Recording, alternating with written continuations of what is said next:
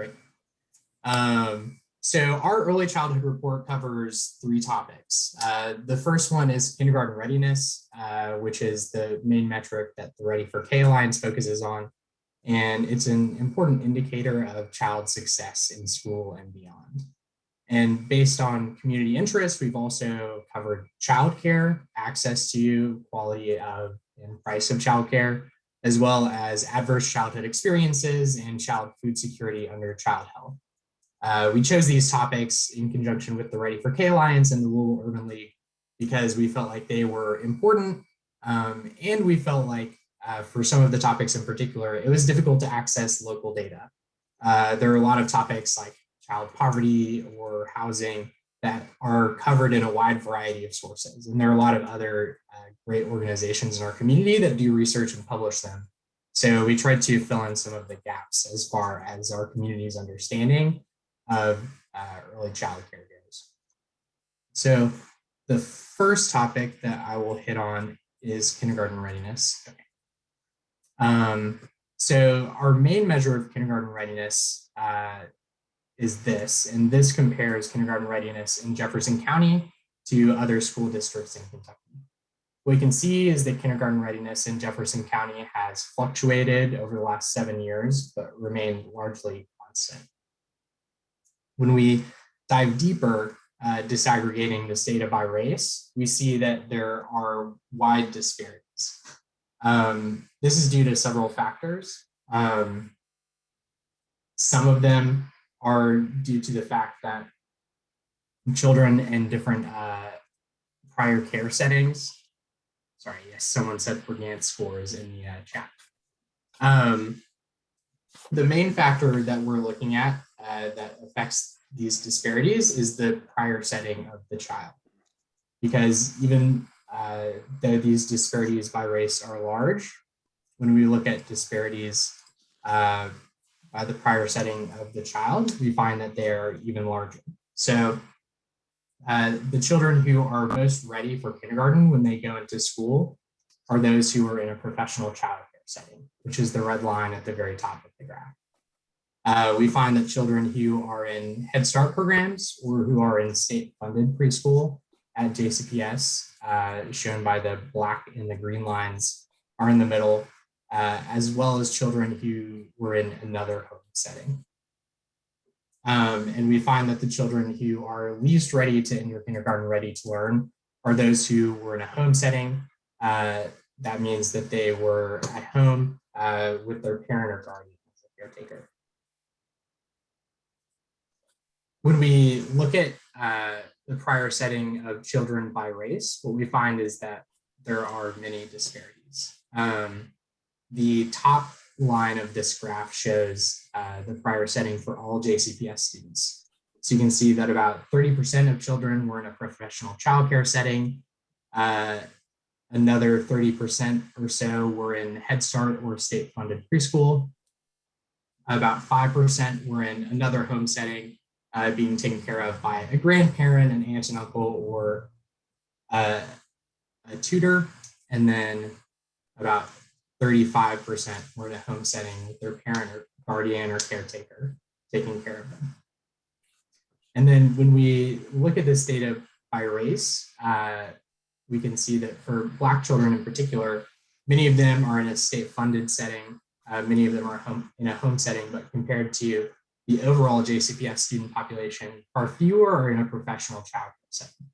And this is also true for Hispanic children. And what we've seen in kindergarten readiness scores is that children who are in a professional childcare setting outside of the home enter kindergarten most ready to learn. So if we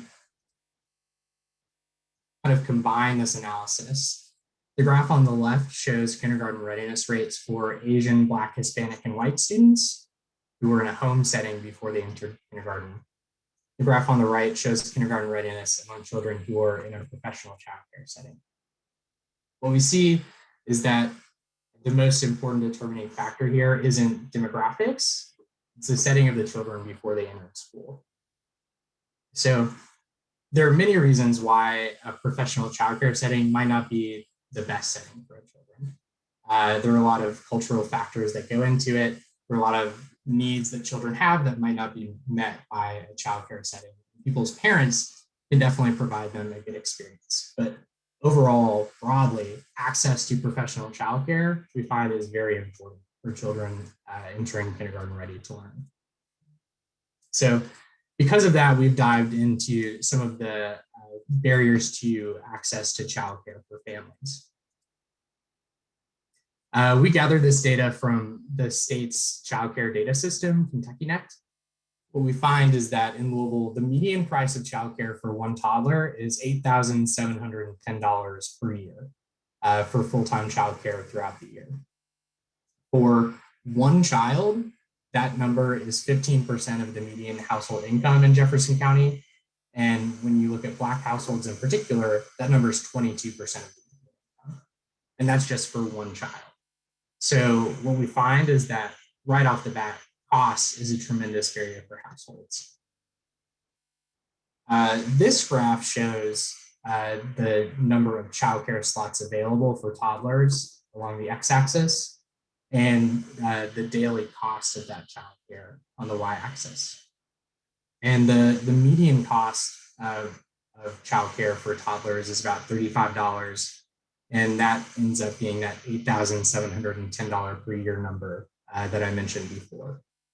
Now, there are subsidies available for families to use from the state of Kentucky, from the CCAP program, to afford childcare. However, for toddlers, that number is either $25 or $27 a day, depending on the type of provider. And that ends up being where that black line is on the screen.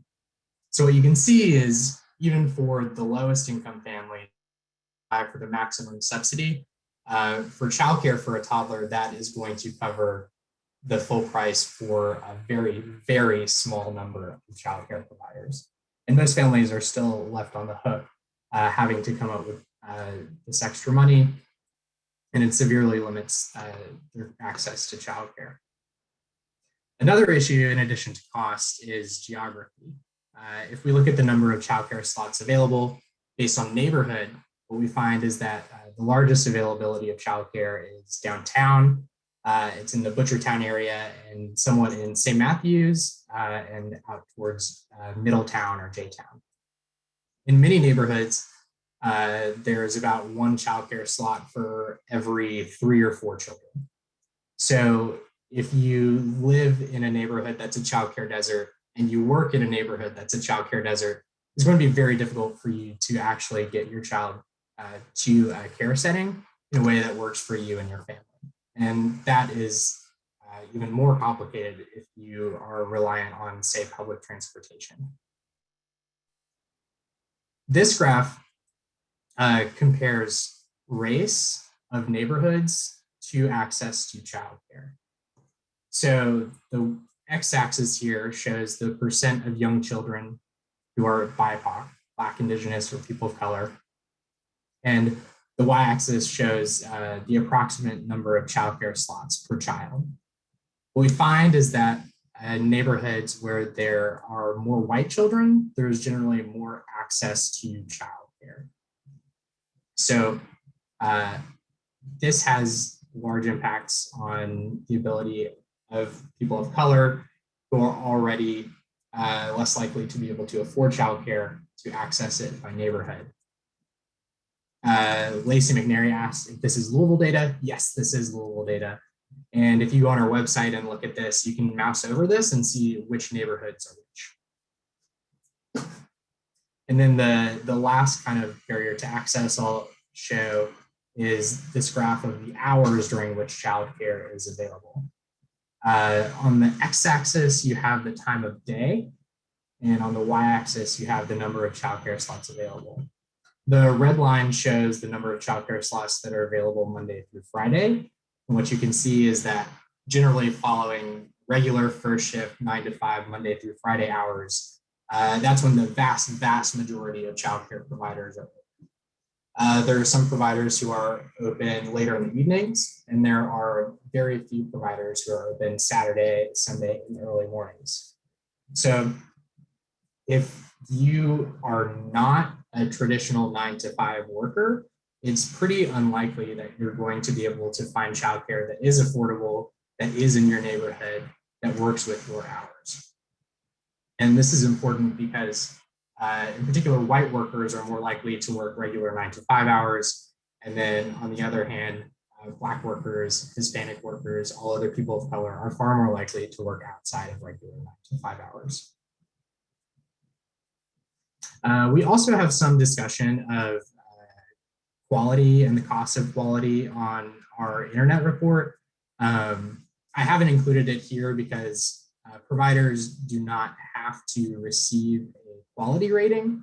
So most providers are either unrated or 1-star rated, kind of at the entry level, and we don't know which is which. So we include that discussion online, but I'm not going to mention it here because it's a bit complicated to get into. But there's a fuller discussion of that on the online report.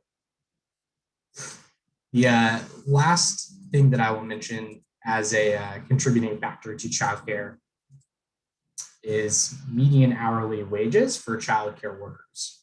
One recurring theme when it comes to the cost and availability of childcare is that it is difficult to get professionals to work in and stay working in the childcare profession. And this graph shows partly why that's true. The blue line here is Louisville, and the black dotted line is the average median hourly wages for childcare workers in our peer cities, excuse me. And the top and bottom gray lines show the 25th and 75th percentiles. What we can see is that compared to other cities like Louisville, childcare workers here tend to earn less than average. And over the last 10 years or so, after you adjust for inflation, those hourly wages have gone down. And at the moment, they're less than $10 an hour.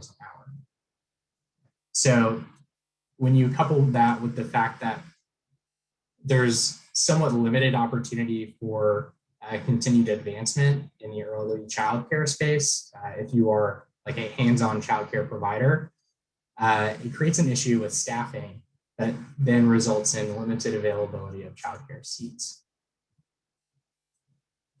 So that is our kind of data-driven discussion of quality and access to childcare. And another point that's important to point out is that there's a whole host of issues when it comes to cultural competency within childcare that is kind of beyond our ability as a data-driven organization to really discuss, that maybe our panelists can touch on more, that you don't just need to find a childcare provider that is like next to your house and within your price range, but you need to find one that's also a good fit for you and your family and that you feel good putting your kids into. The last area that I will talk on as quickly as I can is child health. We've included some data on adverse childhood experiences and child food security, because those are two topics for which we didn't feel like there was very good local data, and because many people are interested in them. The first thing I will talk about is adverse childhood experiences, which can be really triggering for some people. So if you don't want to listen to that, I can post a little note in the chat when I'm done, if you would like to mute and pause for this. Adverse childhood experiences are traumatic experiences that occur during childhood that have long-lasting effects throughout people's lives. There was an initial study done by the Kaiser Institute about 25 years ago now that linked childhood trauma to adverse health conditions later. So we have some data that is based on that original model. It doesn't include all sources of childhood trauma. It is really focused on trauma that occurs within the home, but a lot of other trauma that children go through, such as bullying, discrimination, and racism, are not included in this. I think you can, in some ways, extend the results to understand that childhood trauma, no matter what type, has long-lasting health impacts, but we don't really have a good sense from this data of how prevalent those kinds of trauma are within our community. So the first graph I'll show here is the prevalence of different adverse childhood experiences within Louisville adults. This is based on a survey of current adults, so it's not necessarily reflective of the experience of today's children, but based on this data, we're able to ask people about their experience that they had as a child and their health conditions as adults and understand the connections between those two.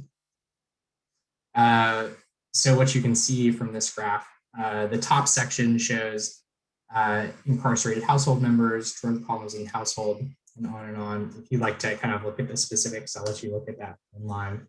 What we find is that the most common adverse childhood experience is divorced parents. And then the bottom section relates to different kinds of abuse. Since this data was collected, the CDC has also begun collecting information on neglect as well. This was collected prior to that. If you add up the number of adverse childhood experiences that a person reports, what you get is a number known as an ACE score. And what we can see is that for about 29% of Louisville adults, they report experiencing no adverse childhood experiences from this particular list as a child.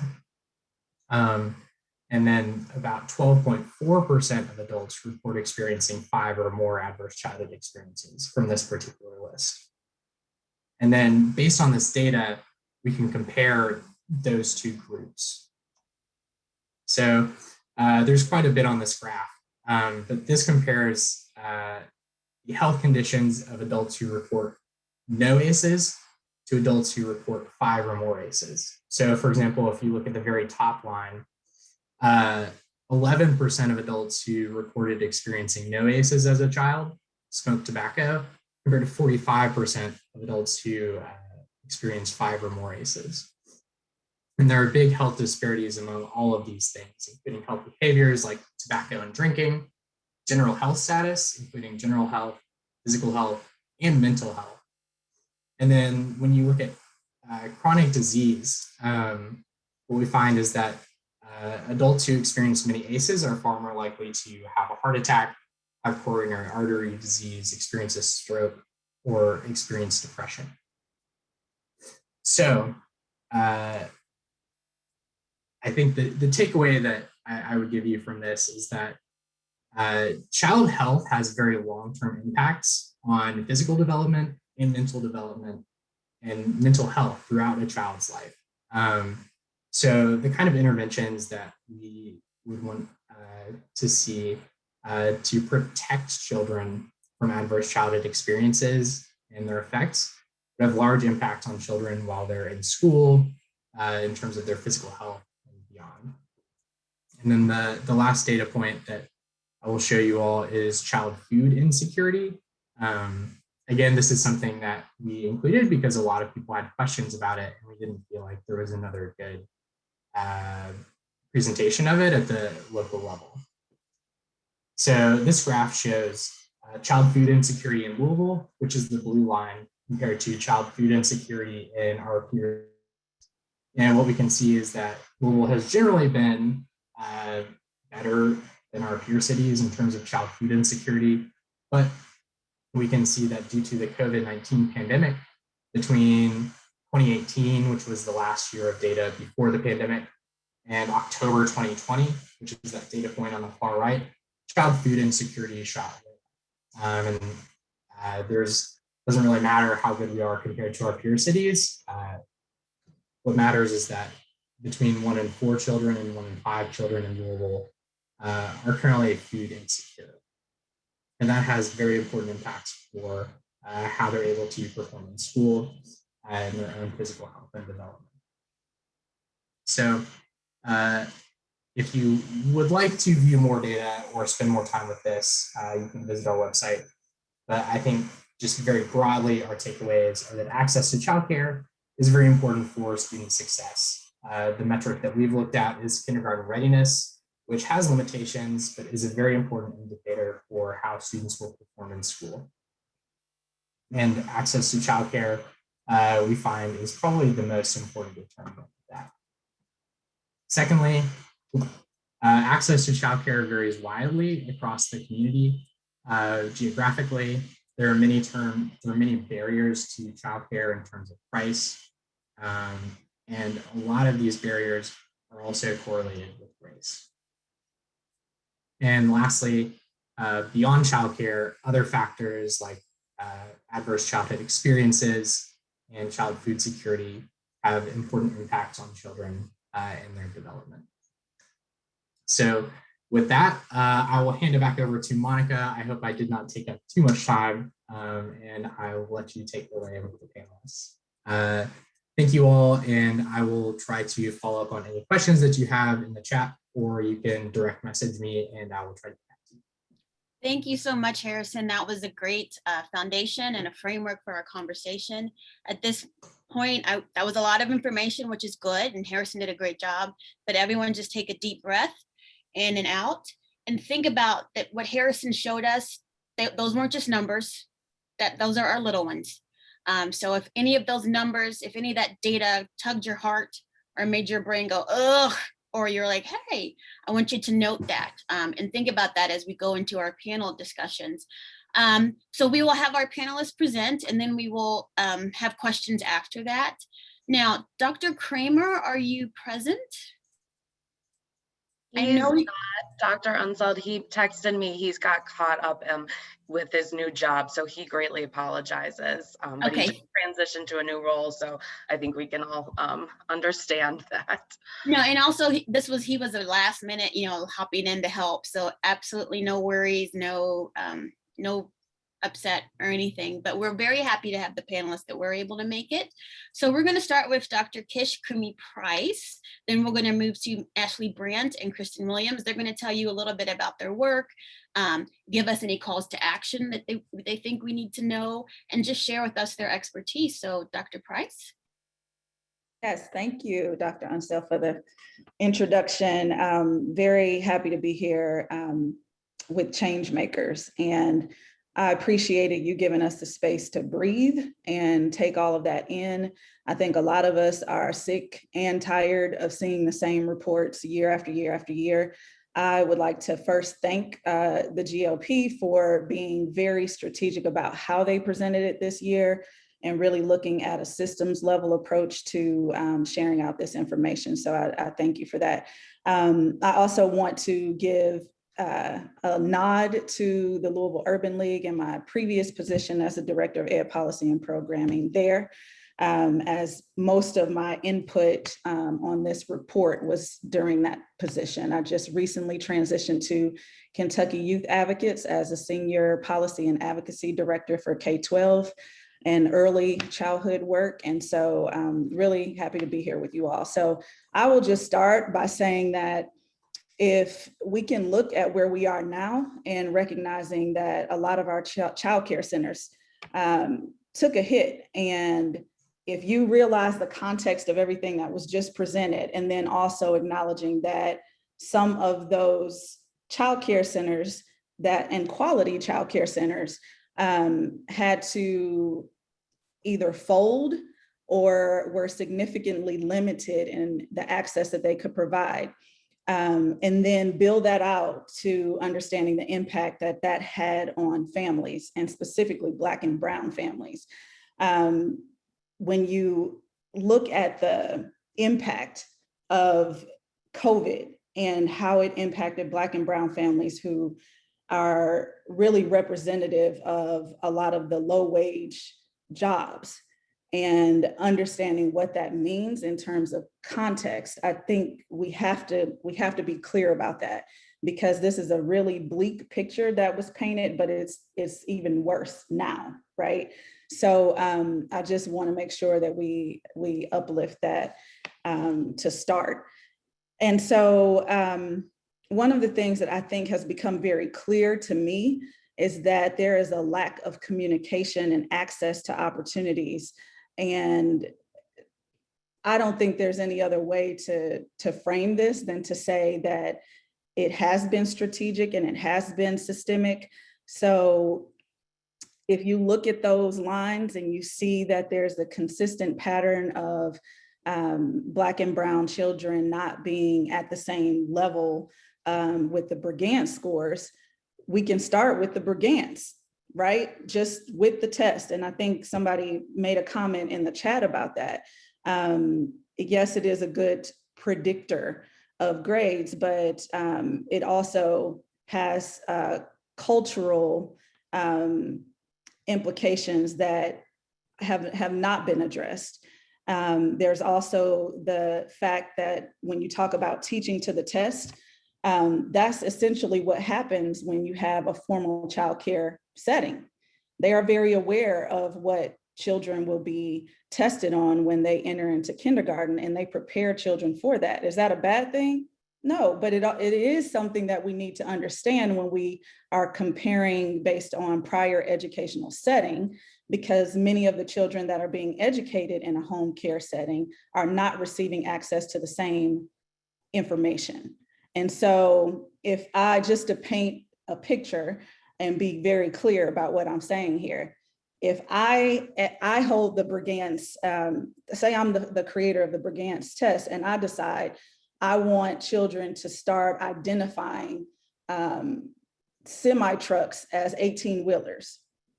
And I'm teaching that, and I'm teaching that as a childcare provider to my children, and when they're recognizing like, oh, and this is an 18-wheeler, and this is I know this is a bad example, but you get my point. And that's not being communicated to the children that are being schooled at home, or that's their prior educational setting.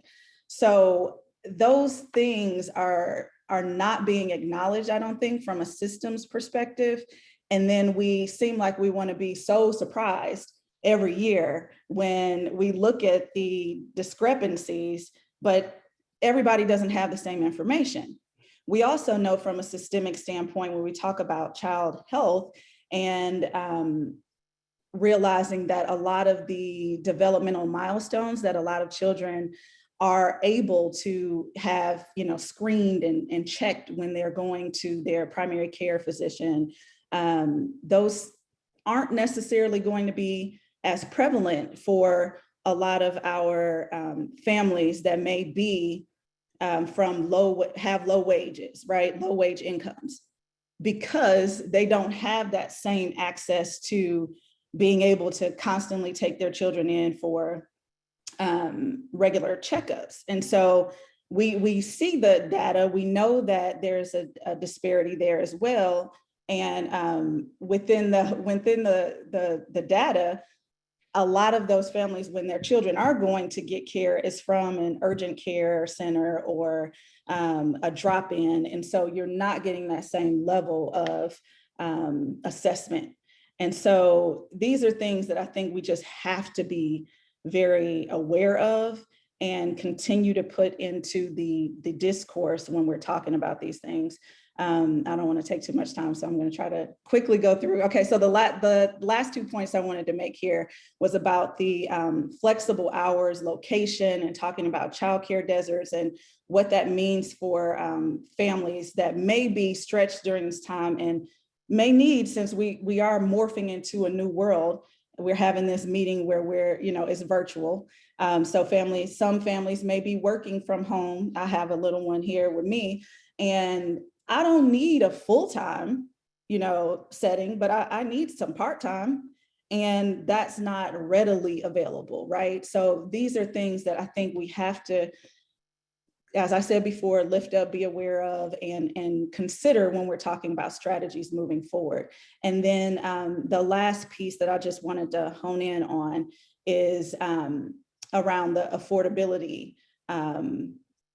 which to me, I think when we're talking about, I think Harrison said $8,710 per year as an estimate for the cost per child.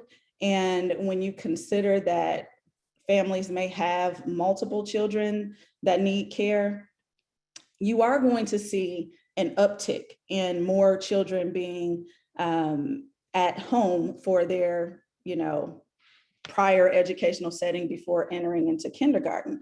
So for me, I think our conversation has to be led by how are we more strategic in reaching families that are receiving education at home. And that's not necessarily a bad thing. I want to be clear about that too. If you look at that chart and you see, because I think the argument could still be there where, why is it that even in the home care setting, we're seeing that Black and brown children are scoring lower than white children? Well, we still go back to the systemic issues that we were just talking about, as well as a white child at home being educated compared to a Black child at home being educated.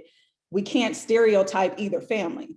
It could be an affluent Black child, a child in an affluent Black home, or a child in an affluent white home. But when we're saying, let's compare these two, we don't know what that looks like, right? So just because that child is at home, they could be, receiving quality care at home. So I just want to make sure that that's clear as well. But I'll stop there. Woo! You dropped some knowledge there, dropped the mic a couple times, but I thank you for that perspective. And I know you're so passionate, and I know that our next speaker is also very passionate. I've been into meetings with her. She's awesome. Ashley, take it away. Thank you, Dr. Unseld. And I'll start just as Kish did to say thank you to Greater Louisville Project, especially to Harrison, who dealt with me in my many emails and input on this, and worked through this with us as a partner with the Ready for K Alliance. So we really appreciate this, and we can't heal what we don't acknowledge, and we can't fix, and address some of these issues without knowing, having this data as a resource. So we really appreciate this. And thank you to Louisville Urban League as well, and Kish when she was in her previous role, for their partnership in this work also. So I'll start just by amplifying what Kish said when she started about the effects of COVID, because we do have some limited updated data, and we do know that since March 2020, Jefferson County has lost 15% of our child care supply, that based on the numbers that DCC, Department of Child Care, can provide. And we've also had a 38% decrease in participation in CCAP, which is the Child Care Assistance Program, and that's a really significant number. Almost 40% of families in Jefferson County that were participating in CCAP previous to COVID now are not, and that program does have work and or school qualifications, so that can be an indicator there. Obviously, if families have been laid off or had to leave a job to provide childcare, then those children would no longer be in care and participating in that program. So just some initial data that we had, but already showing some really significant changes in the childcare ecosystem here in Jefferson County. So as Dr. Unseld mentioned, I'm here on behalf of Metro United Way and also the work of the Ready for K Alliance. If you're not aware of the Ready for K Alliance, I'm gonna selfless promo. I put a link in the chat. Ready for K Alliance is a network and collaboration of over 100 partners in Jefferson County that are all working towards improving outcomes for children in our community. So if you're not involved in that work, we would love to have you. We, like I said, are working towards our overall umbrella goal that we're working towards is that all children enter kindergarten ready to thrive. But we know that, that's sort of an end data point. We do utilize the Brigance to evaluate that, but are aware of that families need support starting even before birth. And we've, over the last year, have really gone through a transformation of acknowledging, that we need to be working on that full continuum of birth to kindergarten entry, which we're focusing on to make sure that at that endpoint, families and children are ready to really launch into their educational career. So we, Harrison talked a lot about childcare, and we are focused on childcare. Improving quality is so key. We know that low quality centers can actually be detrimental to a child's development. So bringing high quality and also affordability is key. We, as I mentioned, the 38% decline in CCAP, but Harrison also showed the line of really what that funding does provide. In the last last legislative session, we did have a policy win that there was an increase in CCAP reimbursement of $2 per day per child for reimbursement rate for centers that are participating in that, but that still only brings that reimbursement rate up to around 50% of the market rate. So you really have a system that disincentivizes centers from even accepting families who qualify for CCAP, because if they have the ability to charge their full price, then why would they accept a child who is receiving CCAP and their family when they're only going to be reimbursed at 50%, and that family may not be able to afford, you know, that difference in cost. So that system is not necessarily incentivizing high quality centers to accept families who do qualify for CCAP, which is really just a systemic issue built into that, that system right now. While childcare is key, we also, you know, we support family choice. So I think, as Kish mentioned, you know, childcare may not work for everybody, or families may feel that, you know, they have care within the home. They might be a multi-generational home and they want their children to be in that setting instead. And we completely support that it is a family's choice.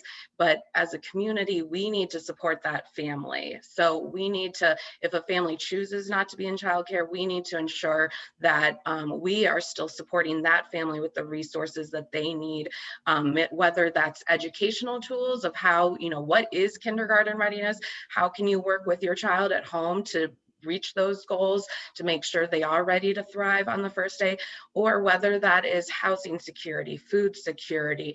Unfortunately, Kentucky has the designation of being #1 in the country for abuse and neglect. So there, as Harrison mentioned, the ACEs, as well as food insecurity, we know that there is so much more than just educational support that's needed for a child to survive and to thrive.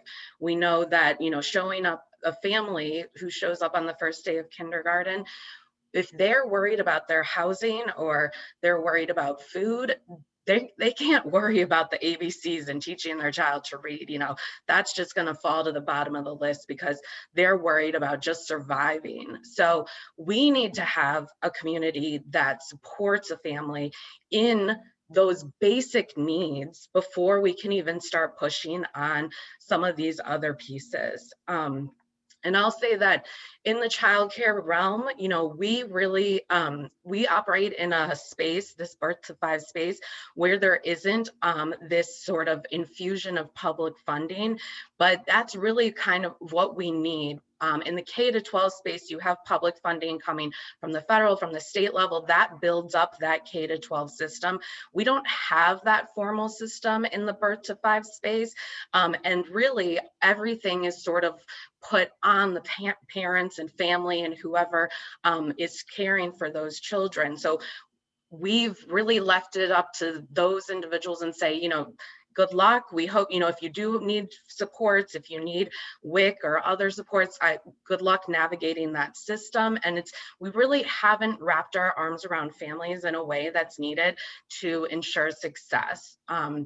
So that's just, I'll get off that high horse, but it's so key that we as a community have a mindset where it's not on the families alone. It's we as a community need to be lifting these pieces up. And as Monica said, you know, if that data tugged at your heartstrings or made you think or step back and say, you know, what are we doing here? And I hope it made you think that, because we really need everybody at the table to improve this work. And whether it is through educational supports for families and children, or those basic needs, or anything in between, we know that that support needs to start at birth, you know, addressing low birth weight, addressing preterm births, all the way through to kindergarten entry, to making sure we have a continuum of care and support for families, for children. Because when we talk about children and some of these outcomes, I mean, a child does not self-determine who they're born to, what zip code they were born into, what their skin color is. You know, those things are you could call it luck, predestiny, I don't know, that just sort of happens. And we need to support those families and children no matter where they are or how they're born. But we also need to be talking about how we're supporting the family and not just the child, because the child is reliant on those that are around them and are going to learn from those that are around them, are going to thrive because those that are around them feel secure, have the resources they need, and can really support that child in their growth. So we're talking about children, but really a 2-generational approach is so necessary in making sure that not just the child is thriving, but the family as a whole. So I'll stop there, but I'll give a shout out again for the Ready for K Alliance. If you're not involved, we would love to have you. Kish and Kristen, who's going to talk next, have been great partners. So please reach out. I would love to share more and talk to other partners on how they can be engaged. So thanks for the time. Thank you so much. And I appreciate you giving us some behind the scenes information about the reimbursements and things that the public may not know. And I just hope that you all are recognizing that so far our panelists have given us multiple points for interventions in the systems and where we can possibly work to make things better. So with the word intervention, I want to move to our next speaker. And I think I'm pretty sure I made our cortisol level goes up when I said the panelists will present. So, there's no slides, but Kristen Williams founded Play Cousin. She actually had an intervention. She created an intervention in this system. And I think, unfortunately, a lot of times we think of Play Cousin as like we hire them to babysit during our meetings, but they do so much more. So I would love to pass it over to Kristen so she could tell us about the organization, why she started it, and just, what she would like us to know. When you said presentation, it's too late now, Monica, to go back. We've gone too far. So I want to share my screen. But Play Cousins Collective, we're an African-American family collective, and we're building a village around our children through family and children's programming and resource sharing. So families create and lead programming that is rooted in ancestral methods of healing and resilience to serve their unique needs and heal generational traumas and build a network that insulates them from systemic oppression and racism. So this looks like us providing children's programming throughout the week with our free childcare. So on Tuesdays and Thursdays, and that's why you see people coming out. If you've been looking at me in the camera, you see my door open and close multiple times because people are our Aya team. And Aya is a word that means mother in Yoruban and friend in Rastafarian. But they've been coming in and they're getting ready for our children to show up at 1 o'clock. And this really it started when we were responding to the needs of parents through COVID. We started opening up our office throughout the week. And so it'll be hopping in here from 1 to 5. And it always is Tuesdays and Thursdays. And then on Saturdays from 10 to 2. And that in itself kind of gets to the fact that the needs are messy of families. And really the messier the work, the better. If it feels like chaos, then you're really doing community work because you have to be able to adapt to the family. Just a little bit more about Play Cousins. We offer Soul Sisters and Brother Healing Brother, which are healing circles. They meet the last Sunday of every month. And then we have parent support groups, Tummy Time. That's for parents who are pregnant or raising infants. We just met last Sunday. And Circle Time, which we do in partnership with Metro United Way and the Ages and Stages program. That's a group that we make sure that the parent is in control and able to think about their child's milestones and the Ages and Stages tool as a tool themselves. So instead of feeling like it's a program or a test, they really start to look at different community resources as tools for them to utilize because the parent is the first teacher. So it's a definite cultural shift. And then we really like to think about the work that we do as an inheritance, and not just the work that we do, but really the reason we started Play Cousins is because a lot of parents felt like West Louisville in itself was doing so many amazing things. And it was such a wonderful place to live that we wanted to share that message. We didn't feel like it was getting out enough, and it shouldn't take someone from another community coming in and saying, oh, Russell's really beautiful, right? Let's put up a condo here for us to say, hey, we live in a great place, you know? And so that's where it really started. We wanted to say we are wealthy when we come together, and we always have enough when we come together. And we invite people to come into Play Cousins and receive their inheritance and share the knowledge and wealth that they have, no matter what that looks like, because we know without a shadow of a doubt that everybody has something to give. Okay. A couple of things that I wanted to mention was that, number one, we're super proud to be a part of the Ready for K Alliance, Ashley. And I think that when you want to see children show up ready for kindergarten, you don't only see children when they show up and they're ready for kindergarten. What it means is that the parent has been involved. The parent has felt like they've had power. And so many times, because in the conversations that we've been having, we don't mention capitalism. It's like a taboo word. But the reason why we are suffering is because people aren't getting paid enough, right? Because we live in poverty, because people won't pay us a living wage, that includes childcare workers. You know, we see this suffering, all these other places, everything else, you know, it all just stems from that. I'm forced to work this many hours several jobs in order to put food on my table. And I can't connect to my child because of that, right? So I just wanted to mention the word capitalism and for us to really start there. And in capitalism, you also have that separation. In educating children, you have that separation, right? So I'm going to, if you think about what was done to the indigenous people of this nation, where I'm taking your children away and I'm going to educate them against you so that they can be, you know, I forgot what the word is called, naturalized, or, you know, they're going to be indoctrinated, right? That still happens within the African-American community, right? I'm taking you away. I'm assuming your parents know nothing, and I'm gonna help you, right? And that's a big problem.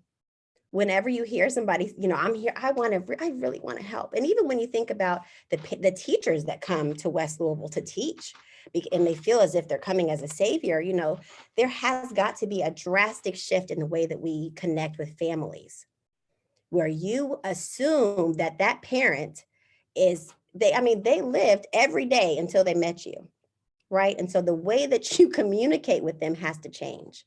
You have to be listening intently for what resources they already have, and ask. I don't know if y'all have seen this or heard this story where this mother asked their neighbor, who, you know, doesn't really have much, for a cup of sugar. And the child says, "Why did you do that?" Well, it's because that neighbor often asks us for things, and we want to make sure, you know, that there is that give and take, because I know that neighbor has something, and it makes you feel a connection when you're able to give, right? So be asking parents what they can do, what is their expertise, and that's how our groups work. Play Cousins Collective, although we share a lot of information, we share information. We don't educate. It's just not a word that we use. That's a part of our training when you come into Play Cousins to work for Play Cousins. Don't use the word education, because when people come in, we are assuming that we're going to learn something as well. There's going to be a trade-off of knowledge every time, and there always is. The way that our work works is that if there's a parent, like for example, in Tummy Time, there was a parent who had just shared how she really liked baby-led weaning. And we had this whole conversation about how baby-led weaning is really an indigenous practice. And we didn't always bottle our food into these little things. And then Monica came and told us how bottling our food into all these little things, there's a lot of chemicals in those little bottles, right? Who knew? And so, you know, when we really believe that we're the answer, this whole new world kind of opens up to us. So stop the separation from family, and it shifts everything. The more that you can involve parents and give them authority, and not, let me take that back. You're not giving authority to anybody, but honor the authority that parents have, right? And start working with them in that way, and everything else kind of heals itself, right? Well, you can do, that's what you can do until we start paying people a living wage. Then we'll see a large healing, right? But I'm super thankful to be on today. And if there's any other information I can provide, I could talk forever about this. So thank you all. I love that. I'm like shouting. I thank you so much, because you bring up a lot of great points, and especially, you know, I love the HEMES principles. The community is the experts. You do not survive oppressive systems by accident. You have to be intelligent. You have to be wise. You have to have talent to survive in a system that's designed to kill you. And we need to honor everyone's expertise. And as I say, never assume someone could not get a PhD. So with that, this was a great panel, y'all, don't you think? I think this is hot. All right. So I see one question in the chat that hasn't been answered. But feel free, this is the time where you can unmute yourself, or you could put it in the chat. So I'm going to scroll up. Lainey I don't know if Lainey's still here, but she had a question. If the passage of the American Rescue Plan will impact ECE funding. I can talk just briefly to that. There was another question in the chat around other stimulus funds. We have, Kentucky as a state has received a significant amount of funding from the CARES Act, from CRISA, and now American Rescue Plan that was specifically earmarked for support for child care. I'll just give a shout out to Dr. Sarah Vanover at DCC, Department of Child Care. She has done an amazing job in really getting those funds out the door to support providers across the state. So there has been multiple rounds of sustainment stipends out to providers based on their licensed capacity, which is just another detail that is higher than the number they're probably actually serving or enrolled. So that allows for a greater amount of funding to flow down. And Kentucky does have a plan for the American Rescue Plan funding as well. 2/3 of that is for child care, has to go to sustainment funds based on the federal guidelines. So that funding will continue to flow down to providers. And I know from just some initial discussions with DCC that they are planning to hopefully structure that very specifically around raising wages for child care providers and early childhood educators. So they are being very intentional around that. And Sarah has just done a wonderful job in supporting providers through the pandemic as much as she can with all of that funding. I will say they've done amazing, but there's more funding is still needed, more support is still needed. Childcare was forced to close. So there was a period where they lost wages or lost revenue, and then they've been operating at reduced capacity as well because of state restrictions. So and a lot of families just have been afraid to come back or haven't needed to come back because families are working at home now. So centers that have now, the restrictions have been lifted, so they are allowed to now resume their capacity, but still a lot of centers that are under capacity because of those reasons, and also because of staffing. I know a couple of people touched on staffing. I know of centers that we partner with that they have classrooms closed right now because they cannot hire educators to fill those and work in those classrooms. Obviously, wages is a huge barrier for that. So yes, to answer the original question, there has been stimulus funding that has come down to support providers, but definitely more needed. Thank you. So, I mean, if anyone has a question, feel you can unmute. I can't talk. If not, I'll throw out a quick question. What about the needs of our immigrant and refugee community?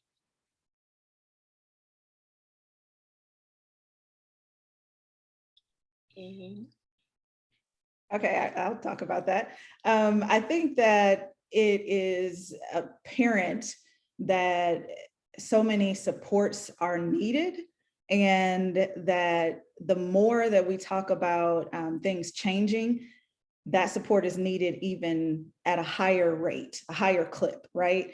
So I think one of the things that we can do as a community is to be more clear about sharing out information and making sure that families are aware of the support systems that are in existence. And I don't think we do a great job of that. But if we can bolster those opportunities and be intentional about connecting with immigrant families and the organizations that support them, then I think that is the sweet spot to move things forward. Because at this point, I feel like if we're talking about different populations that have been really marginalized during this time, is those that have already had barriers and then had barriers added on top of the existing barriers. And so that's all I have to share about that at this time, because I'm not aware of any strategic initiatives in place to address immigrant families right now. And to be honest, I think that is the problem, is that there's a lack of strategy. There is a lot of wait and see, and that brings in a lot of desperation for folks. And we can't, like, once again, let's go back to the systems talk of just realizing the impact of all of this. And I'm so glad, Kristen, that you said, let's talk about capitalism, because it's a real thing. Even when we talk about the ARPA funds and what that may mean for impact, I know we've had conversations at Kentucky Youth Advocates about, okay, well, what does that mean if there is a slight increase in wages for childcare workers, but then they have to be concerned about the benefits cliff? Like, that is a problem. And so we have to be thinking about all these things at the same time when we talk strategy. We have to think about our business community and what are their contributions, right, to this, right? You can't continue to be in this space of ignorance and not addressing real needs of your employees.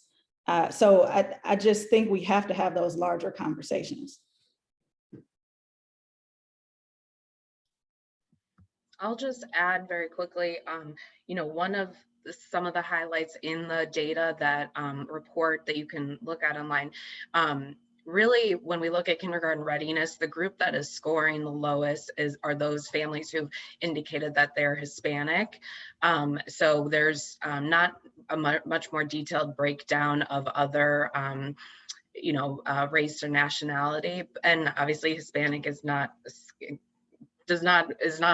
a group, but those that are indicating that, so I think that there are a lot of barriers there, obviously language being one, but also, concerns around the system, if families do not have legal status, fear of engaging in systems, fear of being, reported. And I think, the past 4 years really increased that especially in our community. And I think also that, as Kish was saying, really having connections between what the resources are and those partners that are working directly with those communities to really, lift up to utilize trusted partners to lift up to those families, what are the resources out there, how we can support you, because, we're Metro United Way, KYA, Louisville, everything. We're not trying to have a relationship with every family. There are really great organizations in our community that are supporting these populations, that are trusted, that know the intricacies, and making sure that those partners are connected to the overall system, really weaving together the supports so that all of those families, wherever they choose to interact with a partner or with a system, that whoever that partner is, they can really provide those wraparound services and support for that family, and just help them navigating systems, because I think that is a huge barrier as well. Yep, I was just going to say La Casita. Trina lifted up in the chat. When I think about sort of a sister group, they're doing kind of similar work to that Play Cousins Collective does, but also representation within service industries or, those larger organizations. It's just really, really important that we can see ourselves when we come to knock on your door. I think that's one of the biggest issues that we have. And so that's why at Play Cousins, we have a whole directory of like Black doctors and Black mental health therapists, because when we have when we have parents who come to us, they're not asking just to be referred out. They want to know, and that's something, that's something that's culturally relevant to us too, right? It's like, I want to know, who's your cousin that works in this? What I mean? I don't want you to just give me to anybody, who do you know? Because it's unsafe out here, and if I can't know anybody in your organization, that's a problem. Black people live in Louisville. This is, we've been here a long time. It's important that we feel that way. But it's the experience that a lot of Black folks have is, especially like we've been talking about this, and I'm going to go off just real quick. And it's not going to answer your question, but I'm going to say that like in our rites of passage program that we're doing with Bridge Kids International and Bernheim Forest, this theme keeps coming up, that our youth wake up in this reality and feel as if they're not tethered to any history. That they're just present right here in Louisville, and they're alone, and they don't have a people, or their concept of who they are is really rooted in what they've seen on television.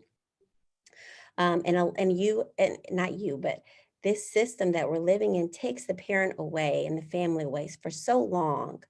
I have to work for so long during my day, and I don't get to see my child. I have to work on the weekends. When is my culture? When is my history taught to me? Why is it that our youth are waking up at 18 years old and not knowing who they are, not knowing when they stand on this corner in, at LCCC, that this is where I'm in the richest part. This used to be Black Harlem, right? This is the Harlem of the South. This is where I'm at, right? They don't know that. When they stand in West Louisville, they don't know where they are. And that's huge. That's a real big issue, that we're disconnected from ourselves and from one another at every turn. We can't be ready for kindergarten. We can't do well in high school and in elementary school, because I'm depending solely on you as a teacher and as a system to educate me. And you can't do that work. But when there's a behavior problem, you want to say, well, the parent should have done this. But I can't do it. I can't be there for my child, right? So there's a lot that we can do to fit into those pieces. In the work like Play Cousins, we need more funding. There's lots of organizations that need more funding so that they can wrap their arms and insulate families while we deal with the systematic oppression that exists, right? Absolutely. And Yes, sir. Dr. Unseld, if I could jump in just for a minute. First, let me thank the organizers of this community conversation. It is very rich. It's rich in data. It's rich in a lot of great information, highlighting some great leadership in our community. And so it's a lot to celebrate. But as I listen, it also expounds upon the problem that we're facing in our early child development system. It's a failed system, and for all the reasons that we've heard. I'm wanting to get us to think about, solutions at the systems level, systemic change type solutions.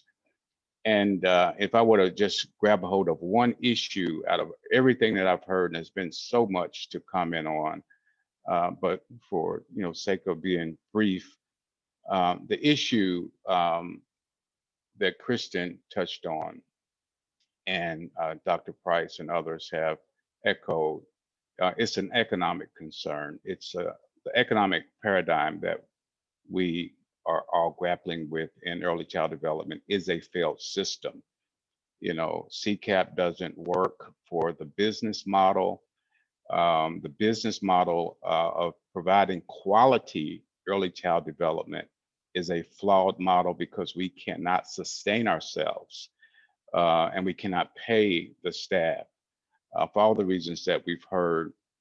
And I think we all really want to pay a livable wage. I mean, I made a faith decision the other day just to give the staff here as much of a raise as we can give without knowing where it's coming from. You know, sometimes you gotta just trust and believe in doing the right thing. So my question of that is, you know, I know that we got within this community of folks that are talking the wherewithal among us to create the kind of systemic change that's needed at the federal policy level, state policy level, and local government level. I spoke with Mayor Fisher about this very topic just a few months ago, and I mentioned to him that, you know, the city does not, or historically has not, invested in early child development.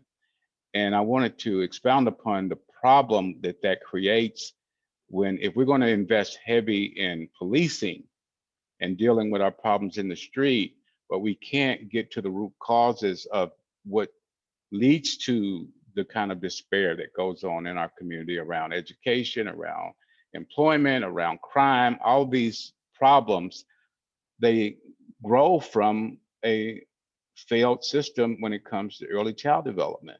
And I will go on to say that K-12, which is not a system that's lacking funding, is also a failed system, especially when you look at it through the perspective of the African-American community. Too many of our children drop out, too many of our children even graduate in need of remedial education. So it's not serving us.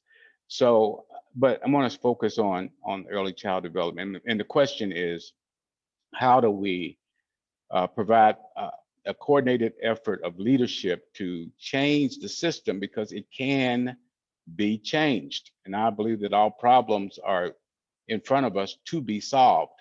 And I agree with Dr. Price. We should not be talking about these same issues every time we gather.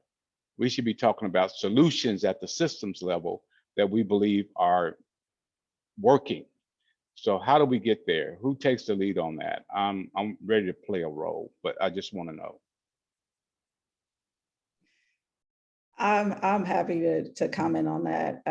So Dr. Phil, so I think that if we're talking about true systems change, then we can't expect that a system is just a system. It's attached to people, right? And that system was created by people. So whenever we're talking about true change and a push for that change, it comes from the people. And I think the issue is that we don't have enough concern and action connected with that concern in order to produce that change that we're all looking for. So it's really about the power of the people. It is about us being able to demand from our city, from our local, from our state government to say, this is what we need and this is what we want. So that advocacy piece is huge. And a lot of times we assume that the grass top organizations are supposed to be the ones leading that work, but it's really going to require all hands on deck, grassroots, grass tops, everybody joining together to say, this is what we need. This is the change that we need in order to move forward, because all of these, everybody has kind of their lane. Like this is what I'm focused on. This is what I'm trying to do. But if we talk about prevention, and if everybody understands the power of prevention, then we can all shift our focus to say, we need to make impact here. Early childhood is where we need to put our anchor and focus there.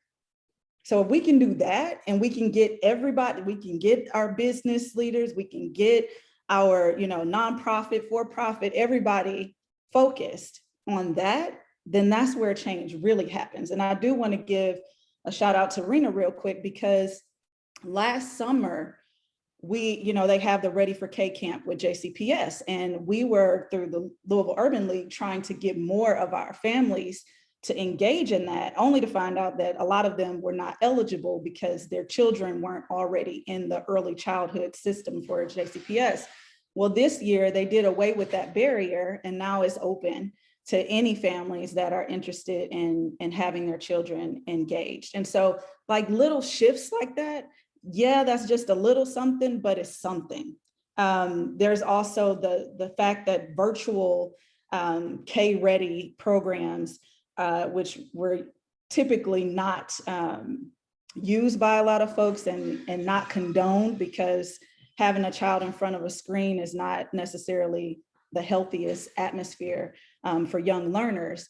But given the times that we're in, it was actually something that was being considered by a lot of folks across the country, and actually showed some great gains for early childhood learners. And so that was another shift that JCPS made in ensuring that some of their early learners will be able to have that opportunity. So it is about the incremental shifts, but it's also about the galvanizing of people to say, this is what we want and this is how we need to have it done. So I'm going to pass the baton to Ashley real quick, and Kristen, to talk about how they are doing that work, right? And I want to make sure that I'm clear about my new role at Kentucky Youth Advocates and the amazing work they've already done and are continuing to do. We have some really great things to pull people together. We want to hear community voice. We want to start that push together to change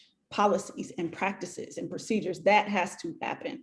So I'll stop and just, if you all can talk about how we can get folks engaged, just like if you're here and you're participating in this forum and you want to do the next step to push and have this advocacy to say, this is what we need our local leaders to do, this is what we'd like our state leaders to do, let's have that conversation.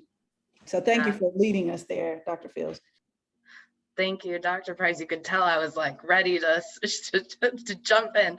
I think one of the first things we need to do is around the language we use, that we need to say that childcare and support for families is really a public necessity, a public good, and it really needs to be funded that way. It's a piece of infrastructure to support our families, to support our workforce, and it should be funded, just as our roads are, our bridges, our K through 12. This is a piece of infrastructure that as a community, as a country, we need to be putting funding towards. And funding, funding, you hear it, but it is so key, and we need it to be able to build these resources for children and families. So first I will say that, and what Dr. Fields said about, childcare business model, it is a horrible business model. If I was an entrepreneur, an investor, I would not be putting my money or my resources there in the way that it is currently built. And as a society, we sort of structure that as, oh, they love children, oh, they're doing it out of the goodness of their heart, and that's the reward they get. They feel good about that work. Yeah, maybe they do, but that's not enough, and that's not why people should be working all day out of the good of their heart. They need resources. They need to have a living wage. We need to be funding success for our children by providing funding for those centers that are supporting them, sometimes from 6 a.m. to 7 p.m. every day. So, really that language around that. And then someone else mentioned business leaders. I will say getting the business community involved in this work is so key. It's something that we at Metro United Way and that the Ready for K Alliance have really been pushing on, and it's been an uphill battle. So, we want, if you have inroads or ideas or things of that nature, please let us know, because childcare isn't just about the family and the child, it's also about a workforce support. The number of jobs that we've lost, due to COVID is significant. I'm sure many of you have heard the statistics around women leaving the workforce at just unprecedented rates. So this isn't just about families and children. Yes, those are key pieces, but this is about the sustainability, viability, the economic success of our community as well.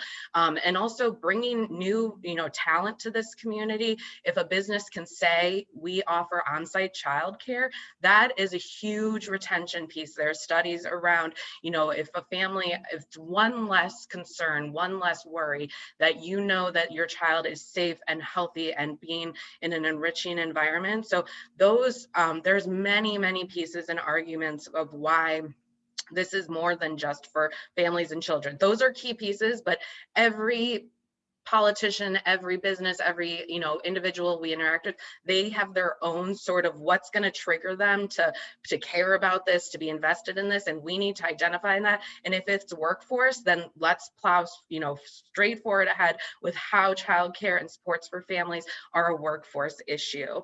And then I'll say the Ready for K Alliance, we have an advocacy and policy agenda.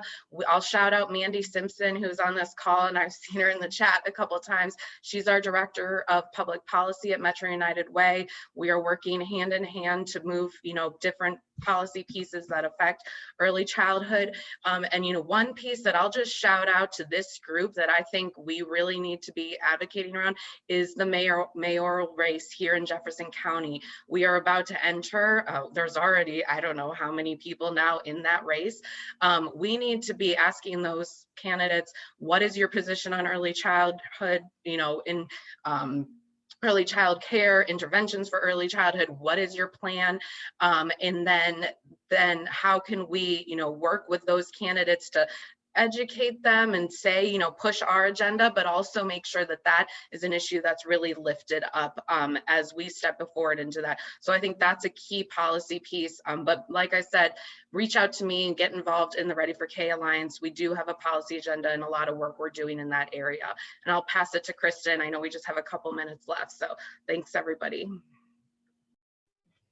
I hardly have anything to add besides the fact that I want us to think about this as also connected to indigenous practices, and everybody is indigenous to some place and has indigenous history. And communalism is something that's not, owned solely by Black folks.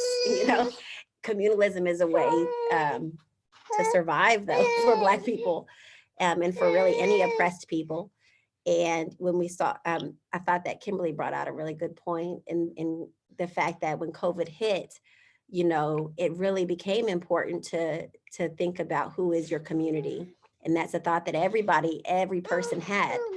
And so as we move forward and deal with COVID and as we try to heal our society, I think it's important for us to think about, we talked about the large way to address this. It's also important to recognize the small way to address this, that each of us has within our own families. We have a community, you have neighbors, right?